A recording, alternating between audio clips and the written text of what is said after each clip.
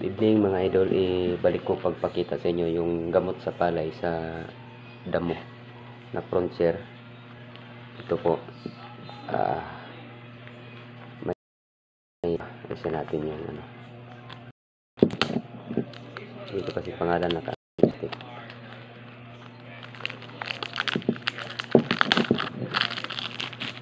Yan. Frontier.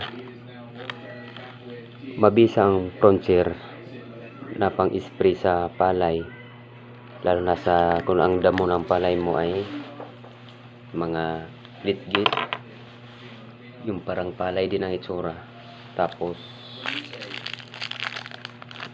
yung mga klase-klase parang sili, tapos parang dawa. Napakaganda itong gamitin doon sa damo na yon, yung tikog-tikog. Tapos kung halimbawa na may mga damo doon na parang gabi, haluan mo ng ganito. Haluan mo ng 2,4-D. Ang ihalo mo na 2,4-D, kung gabi-gabi man lang yun, yung parang gabi lang, or kangkong, mga 1 kalahati lang nitong takip na to. Ihalo mo kasi madali lang namamatay na damo yun. Pero ito, kailangan ubusin mo to sa isang sprayer na tulad nito na 16 liters. 16 liters ang laman yan. Ubusin mo tong 100 ml na to. Bali, kung halimbawa na may mga damo na, ang damo kasi na yung parang gabi, hindi na mamatay dito sa Frontier. Haluan mo 2,4-D. 2,4-D ang papatay doon. Pero wag mo ganong damihan ng 2,4-D kasi yun man lang ang purpose na papatayin yung damo na yun. Kasi lahat dala na dito. Napakaganda gamitin to kung ang palay mo ay nag-edad na ng mga 17. Ang edad 17, umpisa ng tinanim mo, pataas na siya. Magandang gamitin kasi yung mga damo na malalaki na, at saka yung mga sisibol pa lang, kayang-kaya niyang tutudasin, kayang-kayang tudasin ito. Kailangan pagka na-spray mo siya ngayon,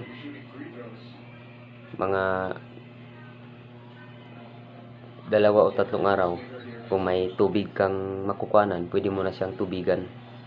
Makikita mo lang yung mga pag-abot ng mga hanggang mga 10 days, nabubura na yung mga damo. Wala nang damo doon na makikita. Lalo na kung bihira ka lang pupunta palayan mo, sabi mo wala nang damo, ubos na, ganun. Pero kung araw-araw, parang hindi nababawasan. Pero kung lagi kang pupunta, yung bihira ka lang pupunta, puna mo. Kaya napakabisang gamitin tong Frontier, lalo na sa ating mga binagyuhan ngayon. Mahirap ang buhay natin. Huwag tayong bili na bili kahit anong klaseng pangpatay ng damo, hindi naman nakapatay. Ito, makakatipid ka dito mga brad.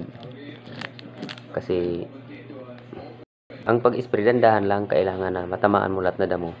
Pag tinamaan ito, patay talaga. Sigurado ako 100%. Tapos maganda pa yung palay mo, hindi siya magkakasakit. Kasi ano to, malamig palay itong Frontier. Ilang bisis ko na to ginamit, maraming bisis ko na to siya napatunayan. Kaya hindi ako umalis, hindi ko to iniwan. May mga bago ngayong nakikita, may bago ako nakikita, pero hindi pa sila makahabol sa bisa nito. Kaya dito pa ako steady, dito pa ako nanatili. Ako naman, ang sa akin bilang farmers, kailangan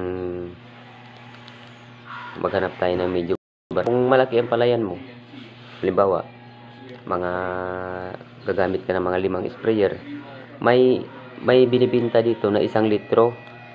Ang 1 litro, ang halaga noon 1,700 lang.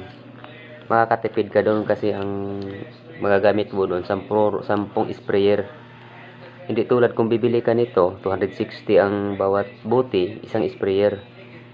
Pero kung 2 sprayer lang kasi ang kailangan mo, bili ka na lang di bote kasi anuhin mo may sobra, no? Hindi mo man magagamit. dito ka na lang. Sa 500 plus mo na 500 plus mong pila to 260 520 mo dalawang sprayer na ginastos, ubos din yung damo mo sa palayan mo. Kaysa magbayad ka magdadamo, ang magkano ibabayad mo.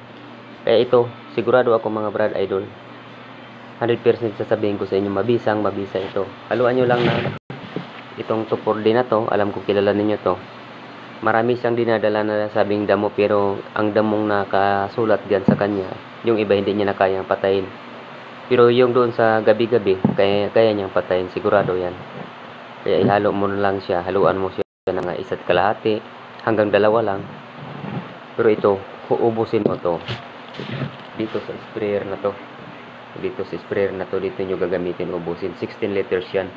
Kasi yan yung capacity nito. So, thank you po ha mga idol. Sa lahat ng mga ka-farmers, ito lang po ang masishare ko sa inyo bilang isang farmers. Salamat po, mabuhay ang lahat. Kung nagustuhan mo aking video, paki-like, paki-subscribe. Kung may itatanong ka po, paki-comments na lang din po kasi sasagutin kita kung ano ang kaya kong isasagot sa iyo. Salamat po.